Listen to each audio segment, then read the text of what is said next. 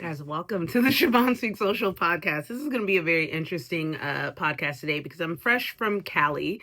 I went to Cali to film an episode of Jubilee. I see that my bra is not as pretty as I would like it to be, so I'm going to go put some more clothes on, and then I will be right back. We're eating Chipotle. Friends, we are back. Can I get some ring light? There we go. We got some ring light. Can we get some brightness on that light? Are we happy? There we go. All right, guys, we have so much to cover. Part of the reason why I haven't been super consistent on here is because I believe in peace. I believe in flow. And also, I was emotionally and just overwhelmed. There was so much happening. I didn't know what I wanted to report on. I didn't want to become the news source. So you guys are looking to me to have a comment on every fucking thing because I'm not going to be that person. I'm not going to be bullied into talking about what y'all want me to talk about. I'm going to share what is here, what I feel, what I experience. And if it resonates with you, I love that. But then also just my personal life was going up in craziness. If you follow the vlog that me and my girlfriend started, we have been breaking up on and off since like May, and then even before that, and I'll talk to you a little bit more about that. So today's episode is going to be about my trip to Cali, the state of the US, of course, relationship, and my view of the US and how Cali is going to be my last stop and getting out of here. So let's go ahead and dive in. So first of all, I saw something today. I'm gonna give you guys your Trump bait because I know Trump is big. The ruler, I'm gonna say ruler because I don't know what he's called. People have prime ministers, they have presidents, they have kings, they have all kinds of stuff. I'm not gonna act like I'm super knowledgeable of what everybody does around the world. But one of the leaders of South Korea, I believe he was standing with, the same nation where we had just like inhumanely deported workers that were here to teach our American asses how to use this technology and treated them like absolute dog shit. Anywho, he's standing there smiling with him. And the report was saying, like, don't you remember what he did to your people? And then it clicked. It was like, oh, all you got to do is like, fondle the balls a little bit, tell him his dick isn't small, and then he'll listen. And I thought about how when I used to be a server and my managers that were sexist, or it doesn't even matter if they were sexist, they were male, but they happened to be sexist. And because I knew that they were sexist and they really just saw women as objects, if I came in late, I knew if I just batted my eyes and talked to them a lot and distracted them and smiled and made them feel like, my God, hot woman's talking to me, they would forget I was late. They're about to write me up. They're about to do all this stuff. As long as I do a little ball fondling and a little, they have forgotten. And that is our president right now. That is who half of our nation decided this is who they want to be the leader because they didn't think that a woman would be able to hold her own. Meanwhile, all over the globe, people are electing females as presidents, leaders. I found that interesting. Next up, I went to Cali to be on an episode of Jubilee's Middle Ground, anti versus pro Ozempic. Probably be a few months before it is out. They may not even show it. That's just one of the things that happens. But I don't care. They paid for my flight and I'm happy. Got a travel stipend. And the more, I'm more likely to get picked for a different segment. The one that I'm a little nervous about would be capitalism versus socialism, because I'm not super well versed on all of the technology and the stats and this in the history. I just know lived experiences, and that's what I brought to the segment, is just my lived experience versus there's a doctor that was spitting out stats. Then I have this mother-daughter duo whose podcast I'll be on Friday, and they knew a lot of stats because this is their business, is what they do.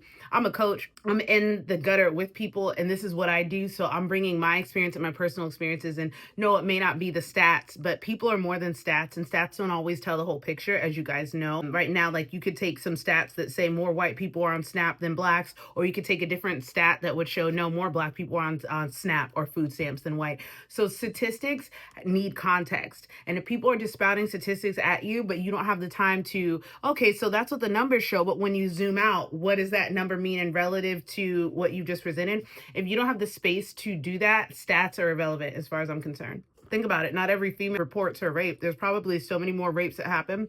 In fact, this is something I haven't shared, but everyone knows the situation about my oldest son's conception. But what I don't talk about is how that's the same exact way my second son was conceived, but I was in a relationship.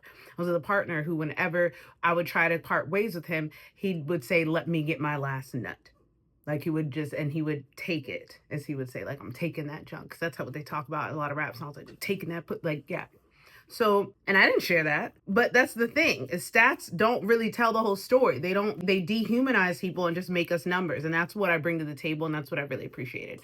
So that's how that experience went. I made some good connections out there. I'll talk a little bit more on Cali. I just wanted to make sure I covered those bases, let y'all know what was going on with your girl. Relationships. And Lauren got into a huge fight last week because she went through my phone, which she apologized for, saw me flirting, or at least not pumping the brakes to someone flirting with me and telling them like, hey, because I need to do business with this person. And I was like, hey, so we will not be meeting at your house or anything like that, because look up, and all of a sudden, how'd that happen?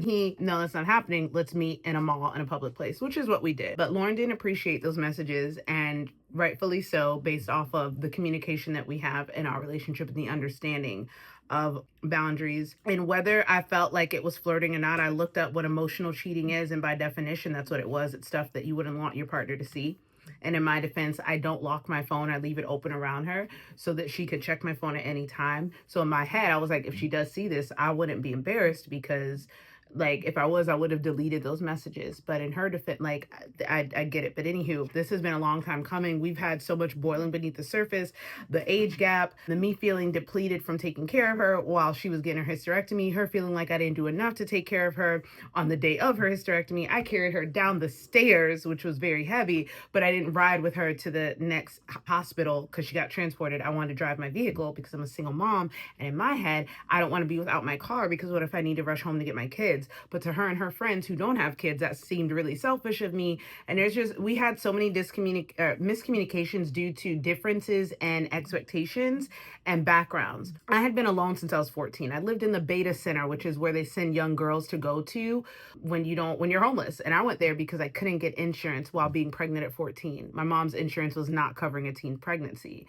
So I had to live there. That was one of the hardest experiences ever. Being raped by two of your male best friends, being humiliated by everyone, the school, the church, everyone, and now being sent away to go live somewhere and have to ride to the hospital on my own at 14 years old to deliver a baby. So for me, her telling her friends that like she wasn't there for me, I'm like, I literally carried you down the stairs. One false move, I could have broken my ankle, could have broken my knee, could have ruined my livelihood. But I did that because you were in so much pain you couldn't walk. But then and so for that to be treated like it was nothing was a little frustrating on my end. But what I'm learning about relationships is that you have to understand the other person's perception. And there's a lot that she doesn't understand from someone who's been through what I've been through. And then there's a lot that I don't understand from someone who has been through what she's been through. And you have to make this active choice of whether you're willing to understand that person or not, or dead it. And one thing about me and Lauren is we are a dynamic duo. I've helped her tap into her intuition, and her ability to manifest and speak things into existence and use her intuition and gauge rooms and energies out is unmatched. And then when we go out in public, I may be pretty to the eye, but I'm not approachable. I think that people don't like to approach me, or they think I may have pretty bitch privilege or whatever. I have to smile and go out of my way to get people to meet me. But I've had so much rejection in life from people treating me like a ditz because I was smiling and happy, and then just being underestimated. So I don't do that anymore. I walk around with an exterior shell. And Lauren is like the icebreaker at places. Like anytime we go somewhere, she looks fun and happy and bubbly, and it brings people into the conversation. And she's like, well, she's actually the expert. And we work well together. We work so well together. But our traumas, right? For example, because I have ADHD, being focused and talking to people in the moment, I will turn my phone over when I'm talking with you and when I'm present with you, because of my experience being in a mega church and my pastors always looking at their phone, always looking away when you're talking, and it made you feel unimportant. So when I'm talking to people, will turn my phone over. But for Lauren, who has been cheated on before, that made her suspicious about me turning my phone over, which is why she ended up going through my phone in the first place. So it was there's a lot of, when you're in a relationship, and I've heard from friends who are like, I've had a perfect relationship and I don't deal with what you guys are dealing with, and this is that and the other. And they're right. I had put Lauren through stuff that most people would not stick around for. She has definitely put me through stuff that a lot of my friends are like, girl, go be free. You don't have to deal with this. But it's a choice. We choose to love each other. I chose to love her. She chose to love me despite all of my mess. And I choose to love her despite her mess. And it's a choice. And we may realize that since my oldest son moved out, or my youngest son moved out over the weekend, because me and her had been, not just because we've been fighting, he had wanted to move out since he graduated. That was his thing. And I was trying not to take it personally, oh, I'm a bad mom, that's why he wanted to move out. He's like me. The kid makes money. Doesn't make any sense for him to stay here. We like different things. He eats very clean, and me and her like to have fun. If he sees alcohol in the house more than once a week, he thinks I have a drinking problem, and I'll drink a half a beer before bed, maybe once or twice a week.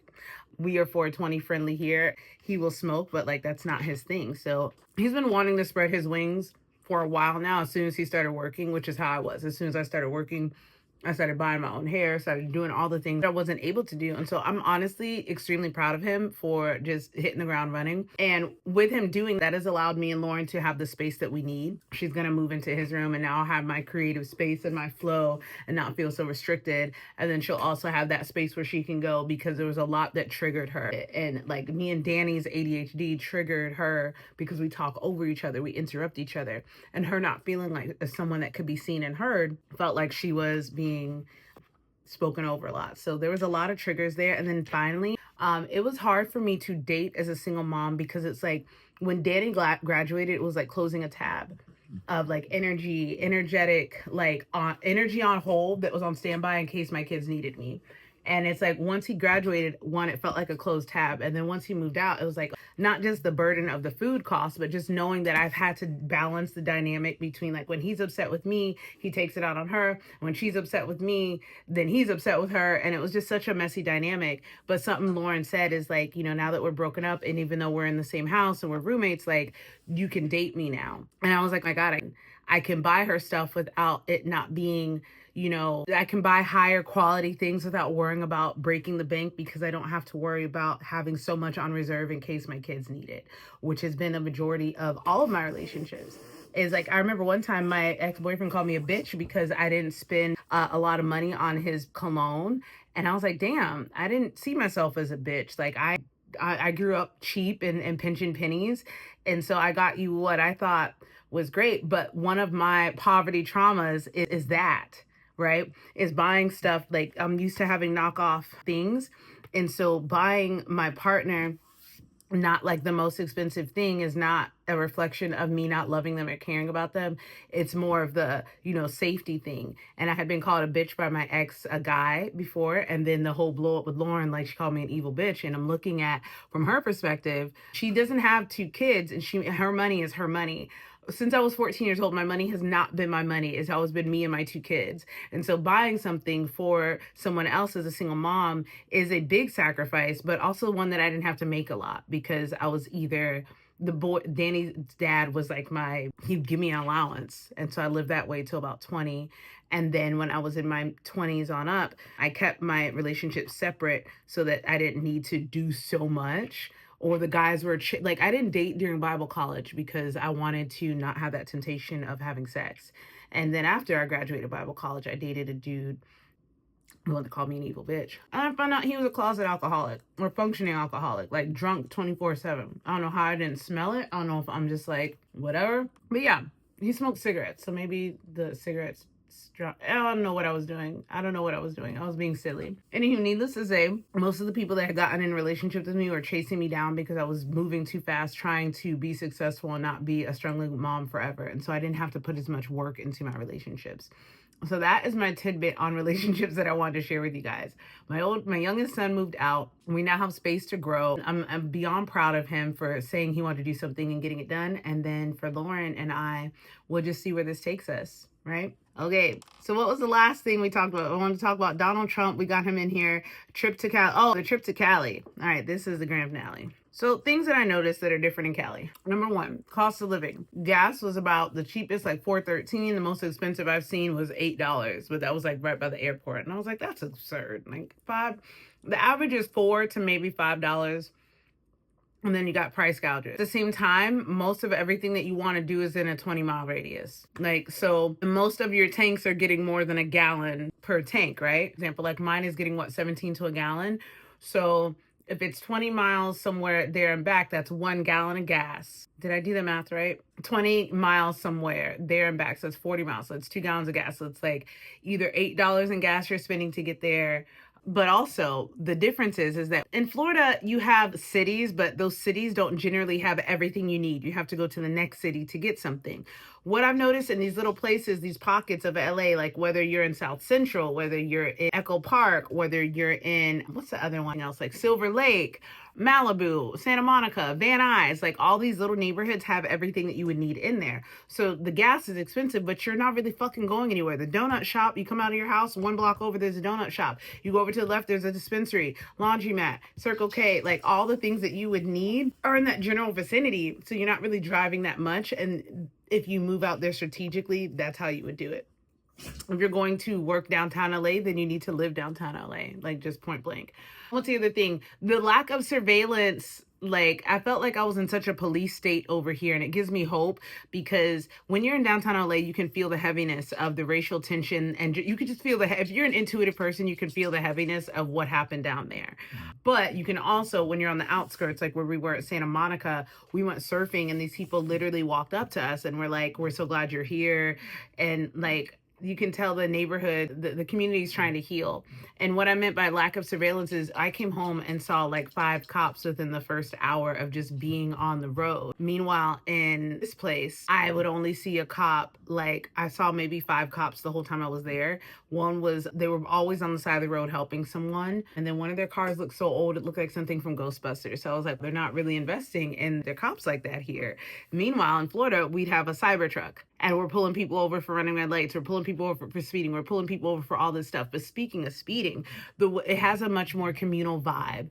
People drive like they have good sense. We got cut off once, and I wouldn't even consider it a cutoff. The way people are in Florida, we're so aggressive. We're driving. We're everyone for themselves. Me, accidents left and right all of the time, everywhere. Police everywhere. And I didn't have that vibe there. And yes, traffic is bad because there's so many people in LA.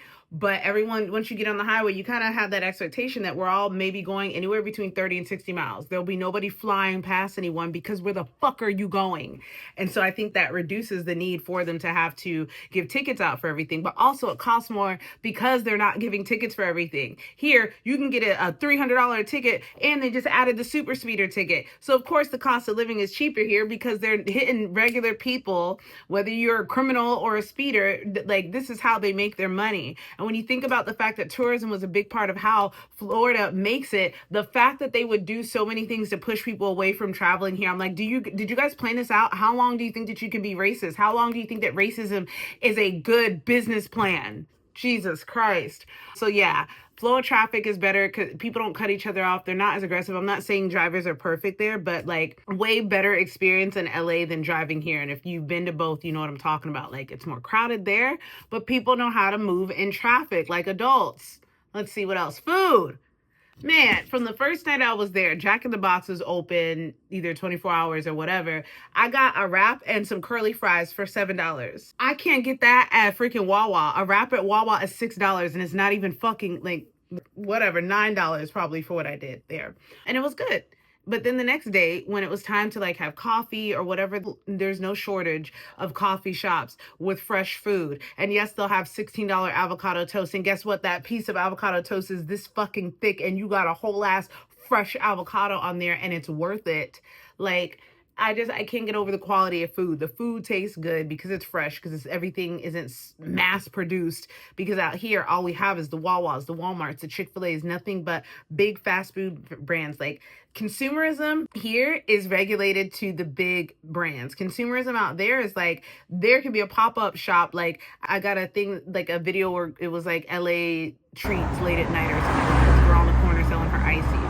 And then the street market, like in front of think of a strip mall plaza, and they're just being tents outside.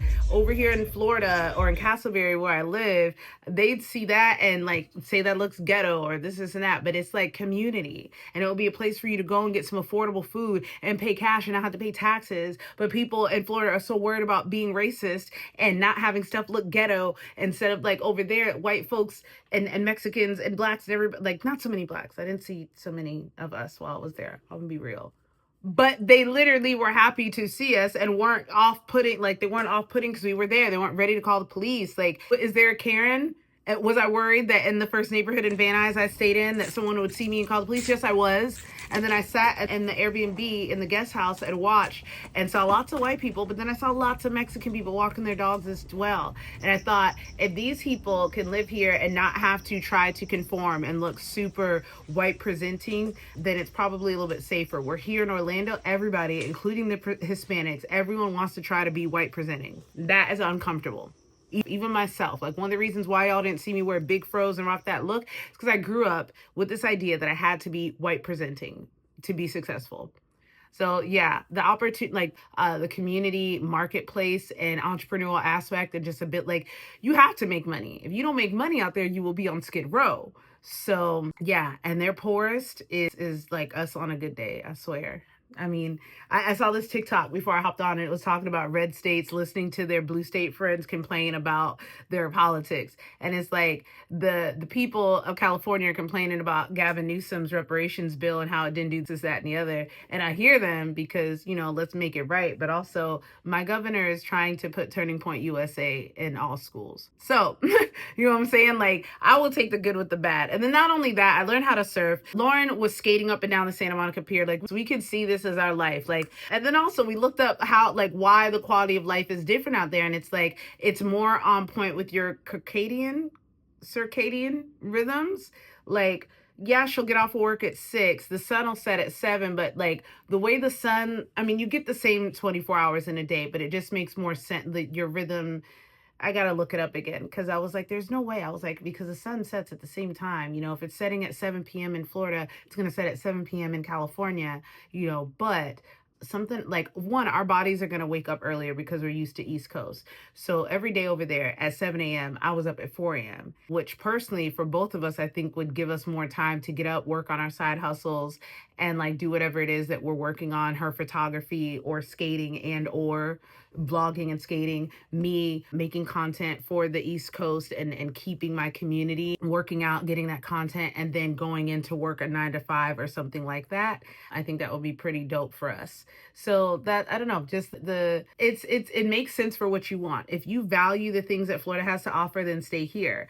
But if you value the things like I do, like knowing that if I were to be a victim of a hate crime, that my governor would be on TV, even if he's using it for his own advantage, he would not be afraid to stand up for me. Whereas here, we know damn good and well, Ron DeSantis is not doing that shit as a Black, queer, female. Like, he doesn't give a fuck about me. So that's important to me. And if that means that I got to pay $4 in gas, because again, the cost of living, let's put it this way, what Lauren's making here, the starting rate over there is $30,000 more. Now, let me not exaggerate. What she's getting paid here, the starting rate is at least $15,000 more. The average median for what she's doing here, and they highly value trial paralegals because of how much people sue out here, and we're a little more technical, so she would do well out there. Like, the amount of money starting for her is amazing. Now for me, personal trainers in the gym, I was surprised, like the pay is almost like comparable to like if you weren't a personal trainer. But specialized trainers, those get more. And then also if you become a trainer to someone who has money that can pay you a decent amount of money. Like, I remember here when I first started, one of my friends, he's a HNI, if you don't know what that is, a high net worth individual. He was pitching me to his friends, and they were saying she's $3K a month. And back then my heart dropped. I was like, oh, what would I possibly have to offer them for $3K a month? Should I go to their house every day? Should I write their meal plan? I was freaking out. And he's like, no, these is just people that value your time and your energy and your expertise. Like, that's appropriate. And it took me a while to really like think about that. Like, when I looked at my hourly and I'm like, if someone wants to work with me 5 days a week and I cost $120 an hour, rightfully, like right out, if I'm being real about what I offer in my experience, 120 times 5 is, 5 is, it's already over $500. Pushing on 6 or 7. You do that 6 or 7 times 4. What is that? 2,400 to about, what was it, 6 times 4, 7, 24 to 28. And then when you add in the fact that I'm doing their nutrition and everything else, I was like, yeah, that actually makes sense. But here you are like, okay, I have to make my prices fit what people can afford or what people actually pay, because people won't realize my worth until they work with me, but I got to get them to work with me first. It's being well compensated for what you do is important to me. As much as I want to build, and I'm still going to build my community centers and my gyms here and things that help serve the community. But what I'll close on this was the realization that I got when I decided to stop being a struggling single mom and become an entrepreneur. When I was in church and I had my heart dedicated to serving the underserved and working in church and living in ministry and taking a meager salary if it meant I could help change the world, what I realized was that I can't help change the world if I'm struggling right beside them. Like, can I go make money, come back and walk and do life beside them? Yes, but I will not be able to help others if I haven't put my oxygen mask on first. And from what I'm seeing, all signs are pointing to, like, I've put in a good run here in Orlando with trying to find funding, find my people, just really find a way to feel seen. And I did not feel seen, and I never feel as seen as when I go to Cali. If you're into human design, I'm a projector and a 1-3. I'm also a unicorn because I have like all of my areas defined or like 4 definitions. Aside from that, my astrological chart shows that I would do really well in Los Angeles. So you may think I'm crazy, and that's cool. That's fine. But I know what I felt when I was over there. And it felt like some people go with wishful thinking. I kind of went over there, and every time it feels like this is where you're supposed to be. Do I want to come back and forth to go to Florida? Absolutely. Do I want to keep my business headquarters here in Florida? Absolutely. Fiscally, financially, that makes sense. But to, one, be able to work with clients that value what I have to bring to the table and aren't going to try to haggle me to be less when they understand the outcome that they're getting, that's priceless. Knowing, feeling safe, that's priceless. Quality food, that's priceless. Knowing that Turning Point USA is not being taught in schools and shoved down people's throats, that's priceless. So for me, that like, it's very interesting to go from a red state to a blue state and really just feel the difference. I know there's racist people in California, but the thing is, they aren't ready to hang me or tell me to get back, in my place. They're just, mad. They're just racist. They're people that have left the red states, but can't act a donkey like that so much in the blue. So that is my summary on Siobhan Speaks Social, wrapping up the Jubilee experience, a look at where the state of our nation is, and just really giving you the blue versus red, Florida versus Cali. They both have similar attractions, beaches, beautiful weather, sunny skies. Florida, more sunny skies and warmer weather. But California is definitely, as far as quality of life, it's a yes for me. So now I'm going to redo my exit strategy, redo a new pitch deck, and figure out what we need to do so that I can open my community center here, get it running, and then open another one in Cali, and possibly, go back and forth and have that powerhouse here, but have that freedom there. That's what I'm thinking. So thanks for being here. Thanks for listening to this brainstorm session about relationships and everything else in between. We will be having my sister on the show soon. She's an attorney and she's one of the smartest people I know. We're just trying to figure out how to get her comfortable with the camera. So watch out for that, and I will see you guys on the next episode.